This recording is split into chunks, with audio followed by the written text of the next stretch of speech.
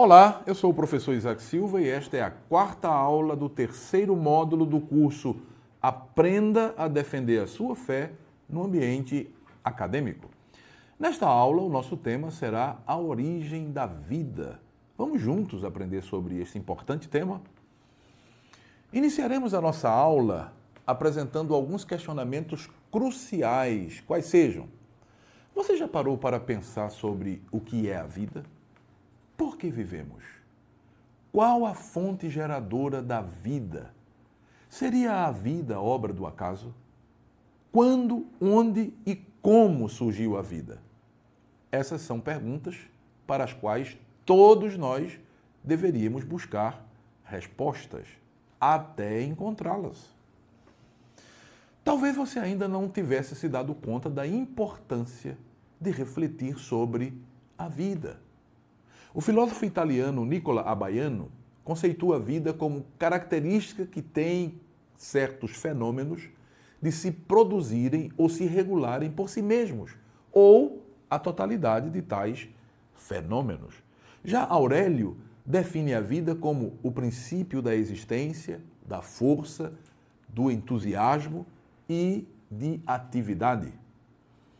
Sabe, a vida é um tema que carrega em si tanta complexidade que a própria ciência tem dificuldade em defini-la. O grande problema para aqueles que defendem o darwinismo não é nem a confusão que eles fazem com os processos de mutações conhecidos por microevolução e macroevolução, mas explicar qual a origem da vida, especialmente após os biólogos James Watson e Francis Crick descobrirem, no ano de 1953, o DNA, a química que codifica todas as instruções no processo de construção e replicação de todas as coisas vivas. Outro dilema enfrentado por aqueles que defendem a geração espontânea da vida a partir de reações químicas é explicar quem vem primeiro, a proteína ou o DNA, uma vez que a proteína depende do DNA para a sua produção e o DNA depende da proteína. O DNA funciona como um computador central que disponibiliza e processa todas as informações para que uma pessoa seja quem ela é. Num artigo encontrado no site da BBC News, intitulado "Por que é tão difícil definir o que é vida e o que são seres vivos", datado de 5/2 de 2017, nós lemos o seguinte: a tarefa pode parecer simples, mas é bem mais complexa para cientistas e filósofos que há milênios ponderam sobre o que faz uma coisa estar viva. Grandes intelectuais como o grego Aristóteles e o cosmólogo americano Carl Sagan debruçaram-se sobre esse problema em milênios diferentes. E até hoje não há uma definição que agrade a todos. Literalmente falando, ainda não temos um significado para a vida e a definição ficou ainda mais difícil nos últimos 100 anos. Pois bem, essas informações fazem-nos perceber a dificuldade que o homem tem de lidar com o tema. Numa entrevista à televisão, o conhecido e devotado evolucionista Andrew Knoll, paleontólogo e professor de biologia da Universidade de Harvard, perguntado sobre qual a origem da vida, respondeu: a resposta é que nós não sabemos realmente como a vida se originou neste planeta. Não sabemos exatamente como ela começou. Não sabemos sob que circunstâncias. E isso é tudo o que o conhecimento científico naturalista tem a oferecer sobre a origem da vida. Todavia, cientistas e filósofos têm apresentado pelo menos 3 possíveis respostas para a pergunta sobre a origem da vida. A primeira delas é: a vida teria surgido da matéria inanimada. A segunda resposta: a vida é produto de sucessivas reações químicas. E a terceira resposta é: a vida teria surgido a partir da grande explosão, ou seja, do Big Bang, juntamente com a matéria. Bem, eu penso que é de bom alvitre lembrar que essas respostas são hipotéticas. Não existe nenhuma comprovação científica para nenhuma delas. Vamos começar com a primeira resposta, que diz que a vida teria surgido da matéria inanimada. Essa hipótese, também conhecida como abiogênese, ou seja, de origem não biológica, levantada desde os filósofos clássicos da antiga Grécia, poderia até ser aceita até o século XIX, quando o microbiologista Louis Pasteur descobriu, através de experimentos científicos, a lei da biogênese, que determina que somente a vida gera vida. De acordo com essa lei, uma pedra jamais poderá vir a ser um camundongo. A água não pode gerar peixes. A areia não vira pássaros. Ou seja, o orgânico não pode ser produzido pelo inorgânico. Assim, essa resposta de que a vida teria surgido de matéria inanimada, como podemos constatar, do ponto de vista científico, não tem o menor sentido. Bem, descartada esta primeira tentativa de responder à questão da origem da vida, vamos então à segunda. A segunda resposta é: a vida é produto de sucessivas reações químicas. Bom, até parece uma resposta razoável, não é mesmo? No entanto, quando analisadas as complexas estruturas celulares dos organismos vivos e seu funcionamento, inclusive a capacidade de autorreplicação, vê-se claramente que as reações químicas sucessivas não seriam capazes de concatenar e administrar todo esse intricado funcionamento, porque as probabilidades disso acontecer de forma aleatória seriam simplesmente remotíssimas. Isso para não dizer impossíveis de acontecer. E vale lembrar também que esta resposta é apenas uma hipótese científica, ou seja, é a ciência tentando desvendar o segredo da vida e vai tentando e tentando. A terceira tentativa da ciência responder à questão da origem da vida é afirmando que a vida teria surgido a partir da grande explosão, ou seja, do Big Bang, juntamente com a matéria. Nesta resposta, pode-se ver claramente a tentativa de se remeter à origem da vida a um momento em que a ciência não seria capaz de explicar. Isso é, obviamente, inteligente, mas não resolve o problema. O dilema continua. Qual a origem da vida? Não é?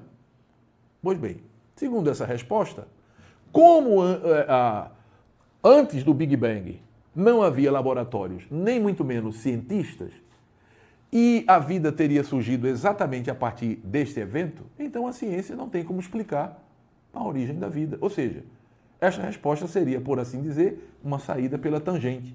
O problema continua.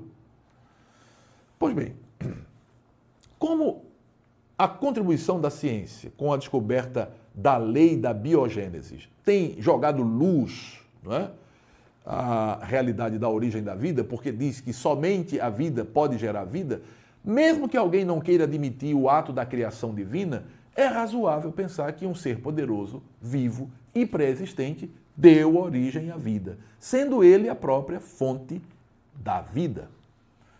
De acordo com a ciência, a menor célula viva possui um genoma que contém milhões de códons. O genoma é o conjunto de toda a informação genética de um indivíduo ou de uma espécie codificada no DNA. E o único genoma contém milhões de códons. Mas o que é códon? Um códon equivale a uma palavra genética. E cada códon possui 3 letras do alfabeto genético. Vamos mais devagar, não é? Para a gente entender melhor isso aqui. Se numa simples célula existem milhões de palavras genéticas devidamente codificadas, pergunto, quem as codificou? Será que os evolucionistas teriam resposta para essa pergunta? Eu creio que não.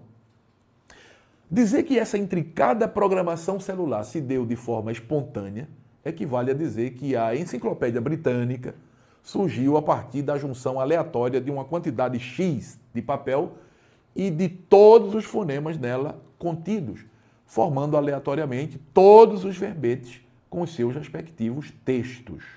Bem, a lei da probabilidade certamente vai dizer que isso é simplesmente impossível.